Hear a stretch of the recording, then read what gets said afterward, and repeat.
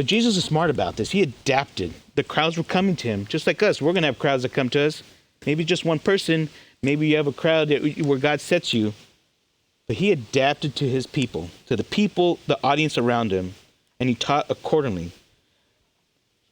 So this is where my first exhortation comes for you guys, to the church. I know that we don't all function as preachers and teachers and public speakers, but you can all still preach and you can all still teach, I promise you. But in the way that God created you. God created us to be used in expanding his kingdom and lay the seed. God created you to be on the path to expand his kingdom. And we're all not on the same path. God's made a path for all of us, this diverse kingdom that he has. But in our paths that we go along, that God has us on, teach, preach. We all have an opportunity to teach. We all have an opportunity to demonstrate, to coach, or explain the kingdom of God by how we live it out. We have so many people here how we can live our lives out. I'm living out my function. I know God's given me the function of being able to teach and shepherd. So I'm living it out. Where does God have you? Where's your function? Is it just woodworking? Is it working on people's bodies? I'm seeing all the people here. You have an opportunity to demonstrate and teach how you live your life, the kingdom of God. But know your audience and your settings and adapt to the people around you.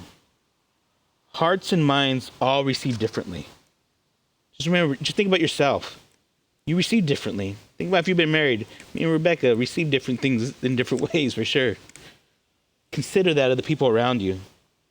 This will make you a more effective disciple of Jesus, make you a more effective farmer as you plant those seeds.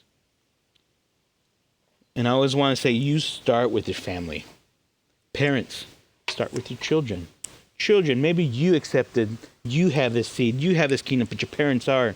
So consider your parents in the stages of their life. Think about your friends at work, your friends at sports, your friends at school. Where they're at in their lives. Man, that friend of mine is just really a jerk, all the time. But then if you become his friend, you figure out there's something not right at home. So teach him and demonstrate the kingdom in a way he needs to receive it at that time. And your co-workers, your teammates. And I know that won't be for everybody, and that's completely fine, but be ready to share the kingdom with strangers. Not everybody's called to do that, and I know not everybody has that function or that ability to do that. I've learned to do that because I think God's given me that function, but of 10 years of being a technician, it's been some years now, but I've spent 10 years as a technician going in people's homes in the Northwest and in Florida. Let me tell you, 10 years of going in people's homes, you get to meet a lot of different kind of people out there. But, wow, that was God's path for me. He let me experience all that. So now, when I get to talk to a stranger or a crowd or my family, those things have helped my path to where I'm at today. And with strangers, with all these people in your life, you have to be prepared. And we'll get into that a little bit more, but you guys should be preparing for any moment in your life to be sharing the kingdom with others.